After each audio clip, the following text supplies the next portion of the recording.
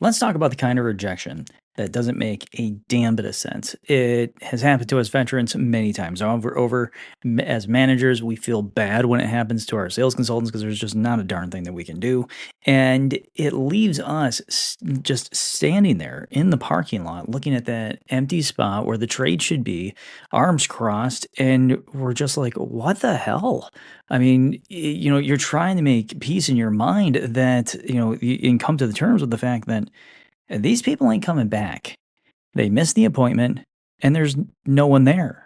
But you did everything right, right? You weren't pushy. You listened to them. You took your time. You answered every single question that you could honestly. And even the ones that made you wince, you still listened to all of them and you still answered them, right? You found the exact trim, the right color, you dealer traded from states away, the payment was absolutely perfect.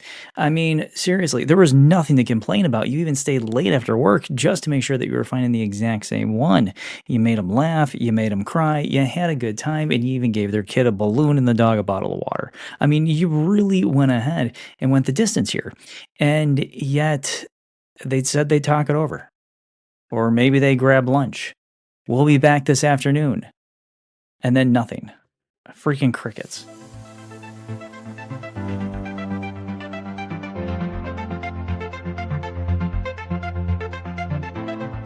So maybe you followed up once, twice, you left a voicemail, maybe you got brave and even texted them and, you checked every single box that you could, including guys going as far as scoping them out on Facebook. And then all of a sudden, your heart breaks, right? You seeing them in a photo of a beaming, beautiful, brand new vehicle with a sales consultant that clearly is not you, and that tag in that photo is clearly not your dealership. And suddenly, the air gets knocked out of you, right? Your chest tightens. You scroll through all of your notes trying to figure out what the heck you did wrong. And you turn into like this crazy detective inside of your brain just going, what happened? Because you had it. You were right there. All they had to do was say, yes, we're good. And you're good. You moved the earth, and now all you've got is silence as a thank you. That kind of rejection, it's the worst because it's not a loud no. It's a disappearing act. It's pure cowardice. It's the kind of quiet that just screams in the interior of your brain because you can't figure it out. And here's the part that we don't talk about enough. When you care about your job, when you really try to do it right, those moments, they feel personal because you didn't just try to sell the car. You served, you listened, and you gave. And what do you get back? A shrug, a ghost, a gut punch. It messes with your head, it messes with your heart, and it makes you question whether this job is actually worth it. Because if you're doing it right and it still doesn't work, then what the heck's the point? You spend all this time honing your craft and you still failed. Let me tell you something hard but honest. Not every rejection is about you. That's not every no is your fault. Some customers are just going through things that they don't know how to explain. Sometimes the issue isn't money. Isn't the product. It's fear. It's shame. It's self-doubt.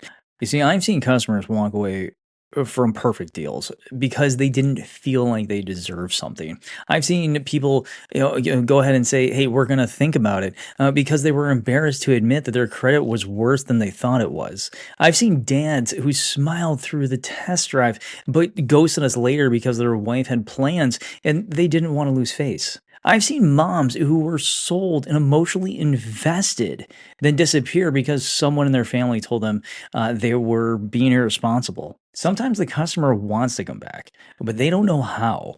And you know what? The embarrassment is real. That sense of I bailed and now I can't show my face again lives in more customers than we realize. And I'm pretty sure a lot of us have experienced this as well. They don't come back not because they didn't want the car, not because they didn't trust you, but because they're ashamed to waste any more of your time. This is a real thing. It doesn't show up on any tracker that's out there, but it sure as heck should. JD Power and Associates gets really, really close with the rejector but we're still a little far away because this is an emotional thing. And that's why follow up matters, not just for the numbers, but for grace. A thoughtful call, a kind message, even a simple, hey, no pressure, just wanted to check in and see how you're doing. It can create that bridge that can allow for guilt to just go away, right? We want to erode that wall on down. Remember, the core part of our job as consultants is to reduce that wall and give customers that permission, grant them that access to buying. You never know who's out there hoping for a second chance, but they're just too darn nervous to go ahead and call you or reach out. Sometimes we do too good of a job and the customer just doesn't know how to explain it to us. And yes, this is no guarantee that they're going to go ahead and buy from you. But here's what it will do. It will give you the ability to sleep better at night knowing that it wasn't you. And this is really comes down to the fact that you gave grace and that matters. And let's be honest, because when you're in the middle of it, when you're hurting, none of this sounds helpful. You don't want lessons. You want closure. You want to know why. You want to scream, I did everything right. Why wasn't that enough? And here's the brutal truth. Sometimes it's never going to be enough for that customer on that day in that particular situation because life is complicated and we're human beings. And quite honestly, we're really freaking weird. You could have been perfect and still lost. You could have been better than perfect and still watch someone at a different dealership throw that customer a $300 Amazon gift card. And next thing you know, they do a half ass walk around and win the deal. You could have earned it and still not gotten it. And this is where the emotional dagger starts to come out in. This is the thing that causes us to armor up, to start cutting corners, to start rushing those deals, to stop investing in ourselves and go into full on NPC robot mode where you take you away from you. You pull out the same pitch every time because it hurts to try too much. And before you know it, you're not selling. You're just trying to survive. I've been there. A lot of us have. It's part of the job, and occasionally it's just one of those burdens that we have to carry around. But it's a place where you start asking yourself over and over and over again, why do we even bother caring? Why not just leave this armor up and just go through it day to day? Because here's why.